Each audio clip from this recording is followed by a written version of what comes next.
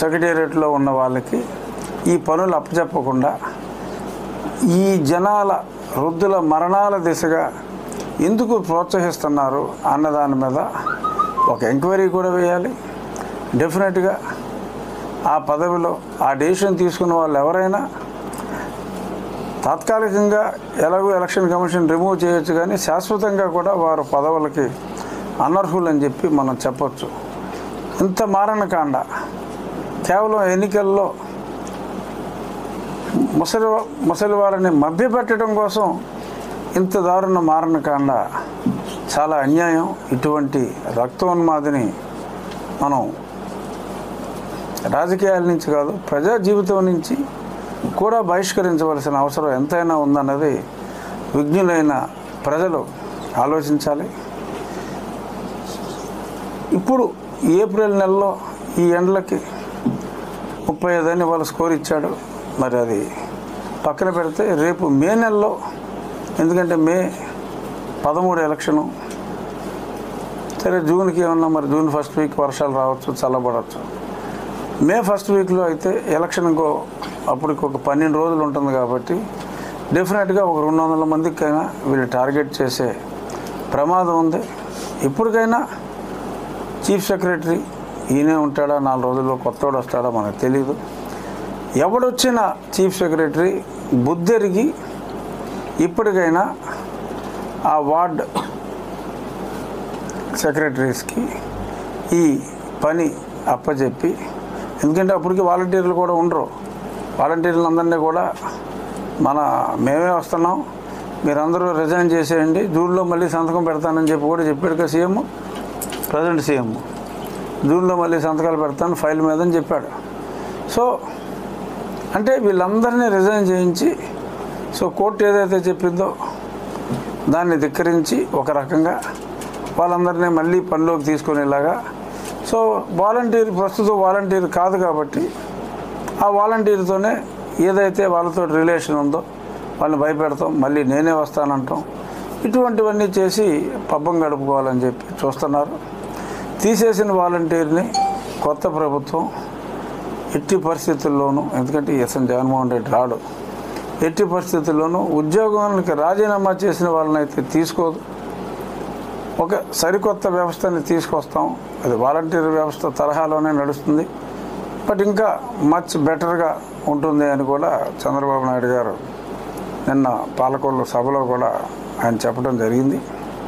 So ఈ మారణకాండ ఆగాలి. దానికి ప్రతిపక్షాలే కాకుండా మరి కోర్టులు కూడా సెన్సిబుల్గా ఆలోచించి, కోర్టులు ఆలోచించాలంటే on their own they can't, ఎవరైనా వెళ్ళాలి, ఎవరైనా అప్రోచ్ అవ్వాలి, అప్రోచ్ అయితేనే వాళ్ళకి తెలుస్తుంది. విలేజ్ సెక్రటేరియట్ సిస్టమ్ని సక్రమంగా వాడుకొని ఇప్పటి నుంచే జాగ్రత్త పడి ప్లాన్ చేసుకుని మే నెలలో ఎన్నికలకి 13 రోజుల ముందు జరిగే ఆ మే 1, 2 తారీఖు డిస్ట్రిబ్యూషన్లో ఒక్కరికి కూడా ప్రాణహాని జరగకుండా చూసుకోవాల్సిన బాధ్యత అప్పటి చీఫ్ సెక్రటరీ మీద ఉంది అని తెలియజేస్తూ అందరూ కూడా అప్రమత్తంగా ఉండాలి. ఇందులో మీడియా కూడా తమ వంతు సహకారం అందించాలి అని చెప్పి మీ మీడియా మిత్రులందరికీ కూడా, మీ ఇంట్లోనే జరగవచ్చు, ఎవరికైనా, లేకపోతే మీ పక్కింట్లో జరగవచ్చు, మీ బంధువులు జరగవచ్చు, అందరూ కూడా ఇది ఒక సోషల్ కాజ్ లాగా తీసుకుని పనిచేయవలసిన అవసరం ఎంతైనా ఉంది. అలాగే మొన్న ట్రాన్స్ఫర్స్ చూసాం, పోలీస్ ట్రాన్స్ఫర్స్ ఏదో తమ్మండుగురిని పంపించారనుకుంటే మళ్ళీ ఇదే ఇక్కడ ఉన్న చీఫ్ సెక్రటరీయే మళ్ళీ పోస్టింగ్లు వేయాలి. పోయాడురా బాబు అనుకుంటే అంతకంటే కొమ్ము కాచే వ్యక్తుల్ని ఎవడో ఒకటే అలా ఇంకెవడో దొరక్కేదని వేస్తే వేసి ఉండొచ్చు తప్ప, ఆల్మోస్ట్ అదే రేంజ్లో ఉన్న వాళ్ళని మళ్ళీ తీసుకొచ్చి పోస్టింగ్లు ఇవ్వడం జరిగింది. సో ఎక్కడా కూడా మరి ఈ అరాచక పాలనలో మరి ఆయన నియమించిన చీఫ్ సెక్రటరీ, ఆయన నియమించిన పోలీసులు ఉన్నందువల్ల కాబోలు, బహుశా ఆయన జిల్లా వాళ్ళు ఉన్నందువల్ల కాబోలు దారుణంగా మరి ఈ పోస్టింగ్లు అన్నీ జరుగుతున్నాయి. మరి దీనికి శాశ్వత పరిష్కారం మరి టెంపరీగా చీఫ్ సెక్రటరీ గారిని, డీజీపీ గారిని కూడా ఆ పదవి నుంచి తప్పిస్తే ఈ ఎలక్షన్ కంప్లీట్ అయ్యి రిజల్ట్ వచ్చేదాకా కొద్ది మంచి పరిణామాలు ఉండొచ్చు. మరి ఆ దిశగానే అందరూ కూడా కృషి చేస్తున్నాం. మొన్ననే పురంధరేశ్వరి గారు కూడా ఒక లేఖ రాసినట్టుగా మీడియాలో చూసి, ఆ పేపర్లో చాలామంది పేర్లు రాసి ఇచ్చారు. దాని మీద మళ్ళీ పోలీసులు తిరుగుదాడి, ఇదంతా కూడా పేపర్లో చూస్తున్నాం. ఏమి తిరుగుదాడులు చేయించినప్పటికీ కూడా ఖచ్చితంగా నిష్పక్షపాతంగా ఎన్నికలు జరగాలి అంటే ఇది జరగాలి. ఈ ట్రాన్స్ఫర్స్ జరగకపోతే నిష్పక్షపాత ఎన్నికలకు మరి ఎలక్షన్ కమిషన్ సహకారం ఉందా లేదా అనే అనుమానాలు ప్రజలందరికీ కూడా కలిగే అవకాశం చాలా ఎక్కువగా ఉంటుంది. సో కాబట్టి ఆ విషయంలో మంచి జరుగుతుందని ఆశిద్దాం. ఇక ఈరోజు నేను మాట్లాడాలనుకున్న ఇంకో అంశం, పులివెందుల్లో ఆర్ రేదర్ కడప పార్లమెంటు స్థానంలో గత 2 రోజులుగా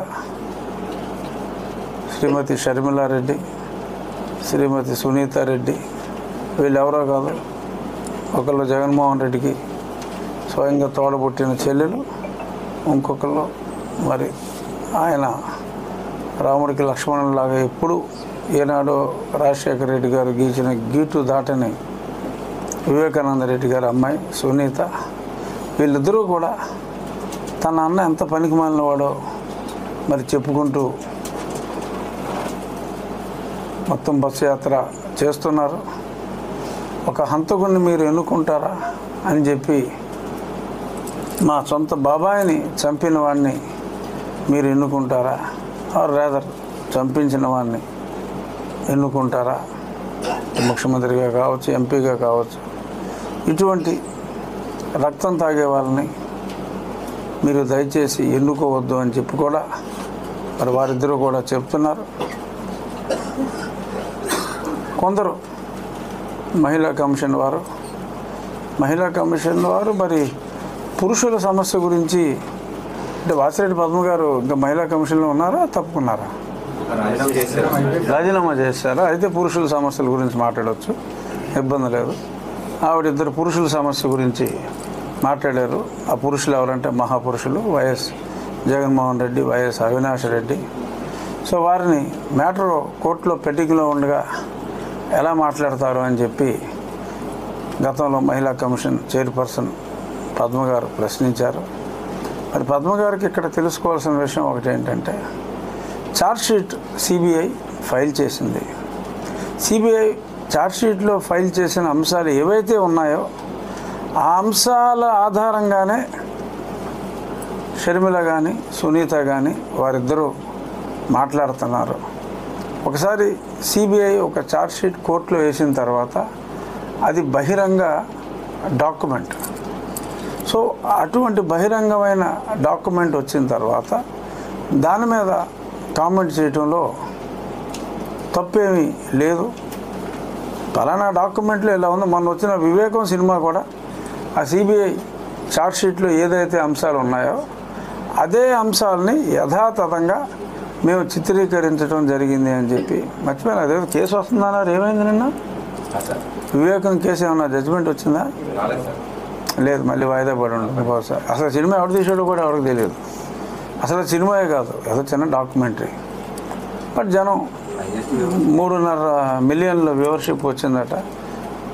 సో ఇవన్నీ కూడా ఉన్నాయి, వాళ్ళు చేసిన అరాచకాలు, అకృత్యాలు. తర్వాత నిన్న కోర్టులో కూడా దస్తగిరి తను వేసిన బెయిల్ రద్దు పిటిషన్లో కూడా సో న్యాయమూర్తి చాలా ప్రశ్నలు వేశారు.